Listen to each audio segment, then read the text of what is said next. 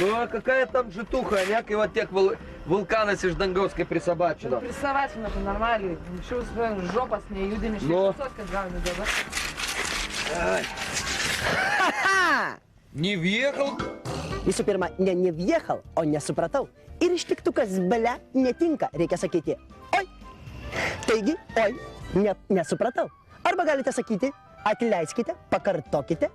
Visų pirma, ne žopa, o subinė, šikna, užpakalis, sėdynė. Kokia turtinga lietuvių kalba. Aš, Gedriukas, lietuvių kalbinukas, parodysiu jums etiudą. Kaip reikėtų kalbėti švariai, kad nebūtų gėda jums ir jūsų vaikams. Taigi, etiudą pradedu. Labas, sveikas Ramūnai. Koks čia sveikas, Edita, kai tiek dulkių iš dangaus prikrito. Prikrito dulkių iš dangaus. Šitiek daug prikrito dulkių. Etiudo pabaiga. Ha, ha! Mielas lietuvi, neteršk savo kalbos. Ha, ha!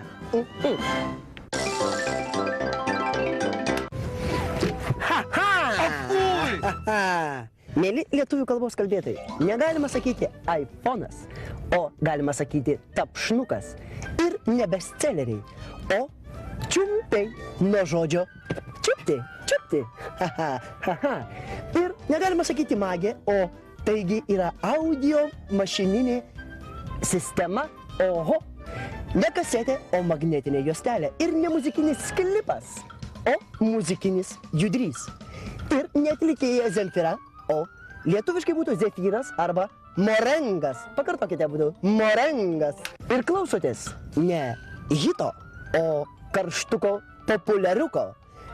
Negalima sakyti panelė bardačiokas. Tai yra netvarkinguolė kraitė. Iš kur jūs tokį atradote stilių drum and bassas? Ar tai yra lietuviška? Tai yra bugnabosinė muzika. Taigi su ta muzika ir pabaigsiu šią laidelę. Mielas lietuvi, jei kalbos tu gražiai nekalbėsi, tai toliau ir nevažinėsi. Ha, ha!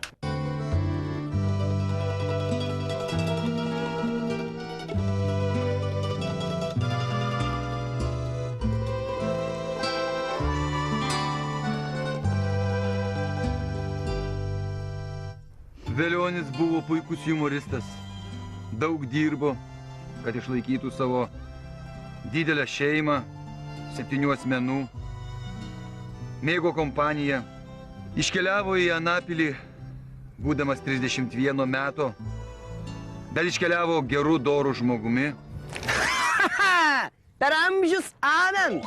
Nesižegnokit, nepadės. Aš suprantu, kad skubat Velionį palydėti amžinus medžioklės plotus. Bet aš turiu jūs sustabdyti, ypač jūs. Nuodėmklausyk globėjas mano dvasiškas ir draugės šventas tėve. Kaipgi jūs galėjote taip nuodėmiauti ir kalbėti, per 3 sakinius padaryti tiek klaidų? Aišku, jūs gerai, kad tylėjot ir gražiai tylėjot, lietuviškai. O jūs sakote humoristas. Kur tau humoristas? Taigi humoristas kietasis aš, o nedirbo, o dirbo įkairinis. Nedidelę, o didelę. Įkairinis turit nuodėmę ilgint balsius kaip visi Vilniečiai. Taigi, ir negalima sakyti, kokia nuodėmė sakyti 31 metų. Taigi net pirmokas žino, kad 31. Ir ne moteris, o moteris. Kaip galėjote taip prie Velionio žmonos sakyti? Atleiskite jam. O dabar mes pasižiūrėsime, ką mums Dievas padėjo ant gedulingų pietų stalo. Visų pirma, brangus lietuviai, valgydami nesiurpčiokit ir nekalbėkite, nes taip geriau maistas virškinimas ir suteikiama jam sakralinė reikšmė. Ne Unikas, o Vilniaus universitetas. Gediminuvkė, ne universitetas. Kokia Gediminuvkė? Tai yra Gedimino technikos universitetas, ne šaiba, o dvejetas. Ir kaip jūs galite sakyti apie savo tėvelius, kurie jūs maitino ir brangino? Prietkai. Kokie prietkai? Tėveliai. Visų antra. Reikėtų valinkis čia, kas tau yra? Koks frikas tau? Keistuolis. Ir dar žodis džiumbras. Ar galima taip sakyti? Geriau paimkite pakaitalą. Senovės lietuvių. Tylus vietinis jaunuolis.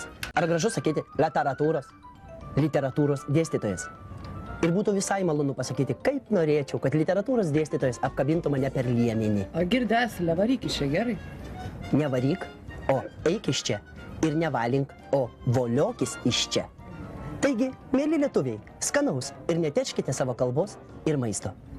Mėla panelė, gal galite savo rankos judesiu ir delno judesiukais paduoti man duonelės ir riekelę? Voliokis iš čia, gerai. Supratau, pasiduosiu pats.